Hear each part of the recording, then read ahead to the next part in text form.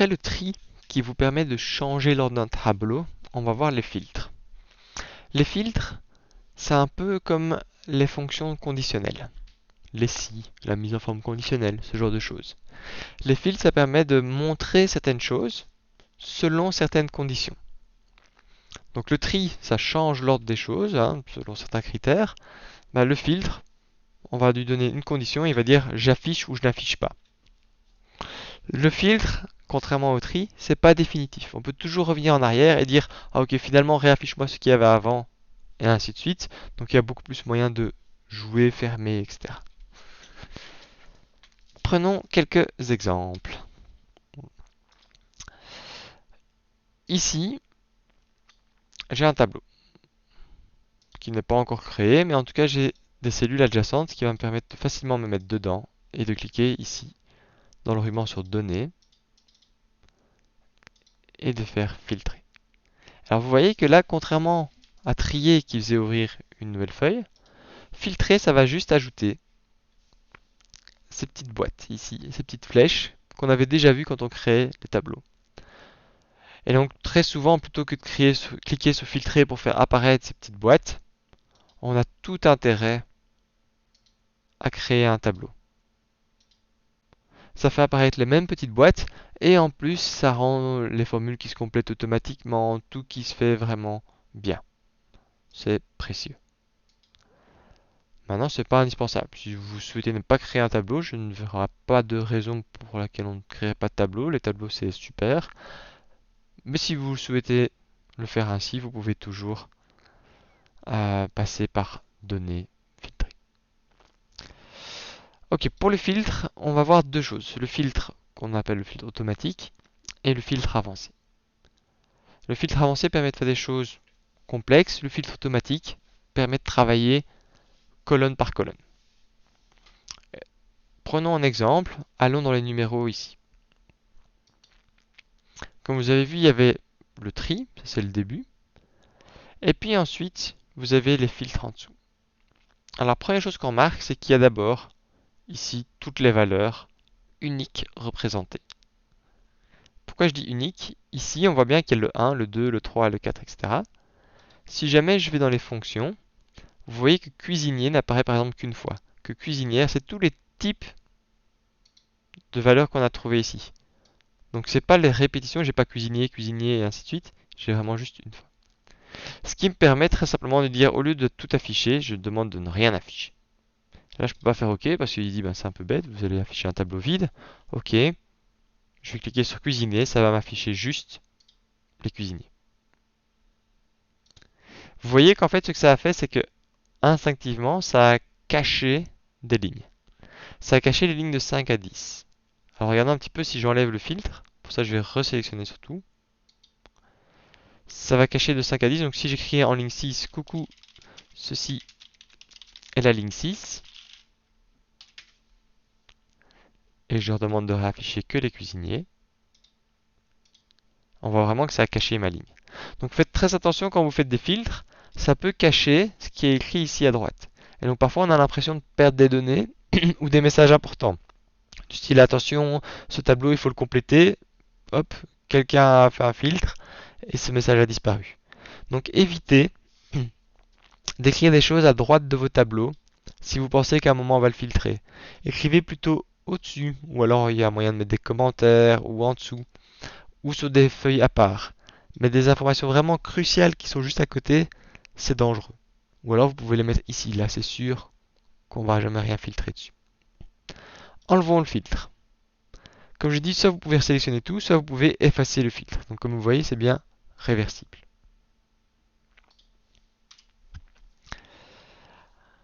Mon filtre, il y a plus que ces petites infos là. Alors bon, je vais quand même le montrer. On peut aussi choisir plusieurs choses, par exemple les cuisiniers et les serveurs. Et je peux filtrer sur d'autres colonnes. J'aimerais bien filtrer et demander d'avoir aussi, on va dire, Bill et Claude. Et donc là, j'ai un mélange des deux. Je demande que les cuisiniers et serveurs qui s'appellent Bill et Claude. Si je veux enlever mes filtres, soit j'y vais un par un via ici, soit là dans mes options, je peux faire effacer. Et ça efface tous mes filtres. très pratique pour juste pas se perdre dans plein de données et se concentrer sur une chose ou l'autre. Ou aussi quand on veut faire un rapport. Imaginons votre patron vous demande, tiens, tu saurais me dire un peu les cuisiniers, comment ça se passe, quel est leur salaire, pas de souci. J'affiche les cuisiniers, je copie ceci, j'ouvre Word par exemple, et je colle dans Word. Alors bon, il faudrait que je change un peu la taille parce que là mon tableau est un peu trop grand, mais voilà. Ceci peut par exemple être employé pour un TFE.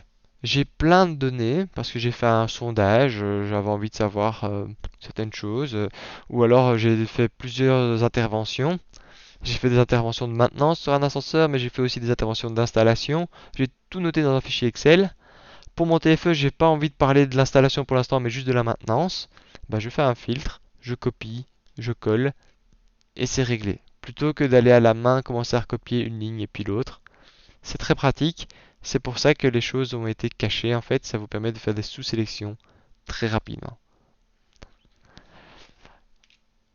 Enlevons ce filtre. Hop. Là, on a vu les filtres par valeur. On peut aussi faire des filtres par format. Imaginons qu'ici j'aimerais bien voir que les gens qui sont dans le bas du panier. Bah, comme j'ai déjà fait une mise en forme conditionnelle avec des flèches ici, je peux demander de filtrer. Alors il y a la couleur. Et donc dans les couleurs, j'ai les couleurs des cellules. Donc le fond, les couleurs de la police, le texte et les icônes. Et donc je veux juste les gens en rouge. Voilà. Et donc c'est pour ça que j'ai voulu voir la mise en forme conditionnelle avant. La mise en forme conditionnelle et les filtres, les deux ensemble, c'est très puissant. Parce que vous pouvez vous arranger pour faire une formule compliquée, mais qui après vous pouvez employer tout de suite pour vos filtres pour n'afficher que ces personnes-là. Et donc si vous voulez afficher des étudiants qui sont limites ou qui n'ont pas encore rendu leur travail, ou si vous voulez afficher des fournisseurs qui sont en retard de paiement, ce genre de choses, pour tout ce qui est compte, Excel c'est vraiment précieux. Je vais retirer ce filtre. Et la dernière chose, c'est les filtres par critères. Alors là, ça va dépendre du type de données qu'on a. Ici, j'ai une donnée qui est clairement numérique.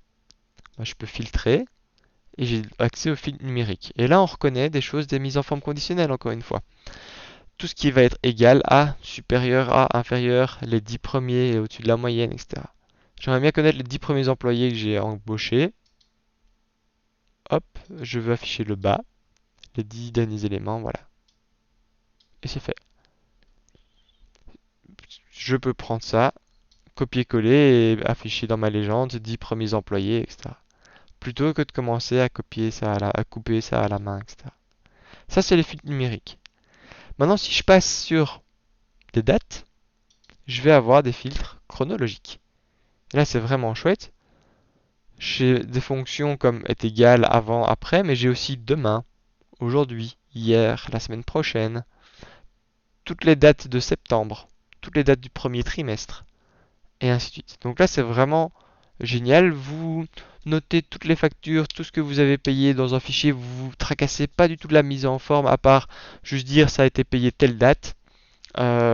Quelqu'un arrive avec des souches qu'il a plus payé depuis 2 mois et tout. Avec le filtre, vous pouvez en un clin d'œil représenter, ok, ça c'est tout ce qui a été payé en mars, disons. Et voilà. Alors pour que ça marche, il faut évidemment qu'Excel repère qu'ici il y a des dates. Et donc que vous ayez vraiment un type date. Si vous avez écrit une date à votre sauce en écrivant c'était le 31 janvier, ça va évidemment pas marcher. D'où l'importance de savoir quand même employer un minimum Excel et de comprendre comment encoder des données. Et ça vaut vraiment la peine si vous travaillez à plusieurs sur un fichier Excel plus tard, de au moins apprendre les gens à comment employer votre fichier Excel. Parce que s'ils encodent quelque chose qu'Excel n'est pas capable de comprendre, c'était notre premier cours, hein. On n'encode pas par exemple 1000 € ainsi, ça c'est du texte, on va encoder 1000 et on va le mettre en format monétaire si on le souhaite.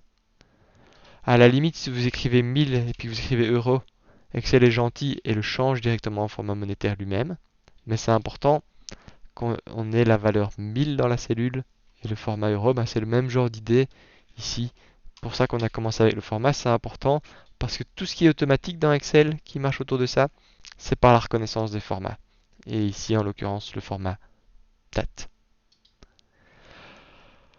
Voilà, ça c'est le filtre chronologique. Ici, on peut voir que j'avais le filtre numérique, parce que c'est des nombres. Mais comme il y a aussi des couleurs, j'ai le filtre par couleur. Et je pourrais demander d'afficher ce qu'on vient de voir juste avant. Donc ça va vraiment dépendre. Excel s'adapte en fonction de ce qu'il y a dedans. Il peut vous dire, voilà, filtre textuel. Je peux demander aussi que ça commence. Tiens, j'aimerais bien avoir tous les employés dont le prénom commence par H. Voilà, il y en a un, Harry. Ce qui est beaucoup plus rapide que de commencer à chercher à la main. Ou à la limite, si vous avez des semi-bonnes idées de trier et de regarder G, A, la H. Vous voulez savoir s'il y a des employés qui ont le prénom qui commence par H. Vous pouvez employer les filtres textuels. Voilà, ça c'est ce qu'on appelle les filtres automatiques. Qui dit filtre dit qu'il y a aussi une nouvelle fonction pour ça, évidemment. Qui est la fonction filtre? Elle marche comment? Vous lui demandez un tableau. Voici le tableau. Par contre, ici, la suite est un peu plus compliquée. Une fois que j'ai donné le tableau, il va falloir dire quelles sont mes conditions. Et là, c'est une nouvelle manière d'écrire les conditions. Et honnêtement, cette fonction, vous pouvez la voir comme un plus, comme ça vous savez qu'elle existe. Mais voilà, si vous savez qu'elle existe, n'hésitez pas à aller revoir un tutoriel ou quoi. Je ne vais pas passer beaucoup de temps dessus. En soi, vous allez écrire vos conditions en sélectionnant la plage de la condition. Par exemple, celle-ci. Vous voyez, donc j'ai sélectionné mon tableau, c'est le tableau 6. Pourquoi? Parce que ça a été mis dans un tableau, sinon ce serait juste de A4 à I25. Et dans la colonne prénom, et là c'est ce qui est un peu bizarre parce que c'est pas comme ça qu'on a écrit ça pour les sommes 6, c'est une nouvelle manière d'écrire les choses. Et donc c'est un peu perturbant. Mais donc ici, qu'est-ce qu'il faut inclure? Dans prénom, ce qui est égal par exemple à Alex. Et ici, il m'a sorti directement la ligne. Alors, ce qui est évidemment puissant, c'est de dire ici, choisissez un nom.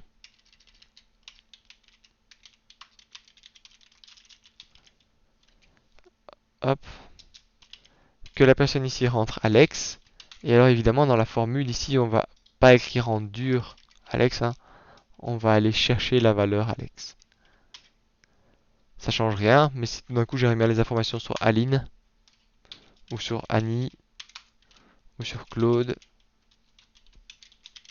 tout se met à jour. Et donc ça, c'est très précieux.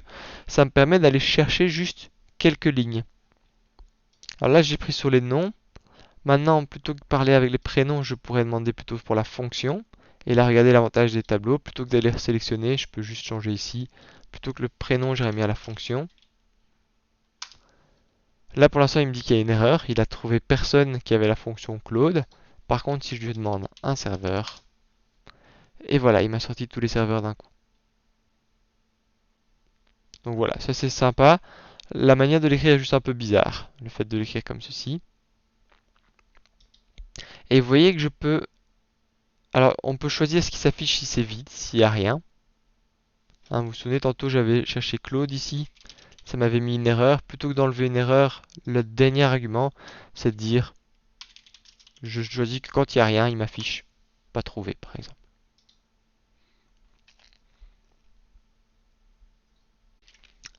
La dernière chose qu'il me reste à voir ici, c'est comment est-ce que je pourrais combiner ces éléments.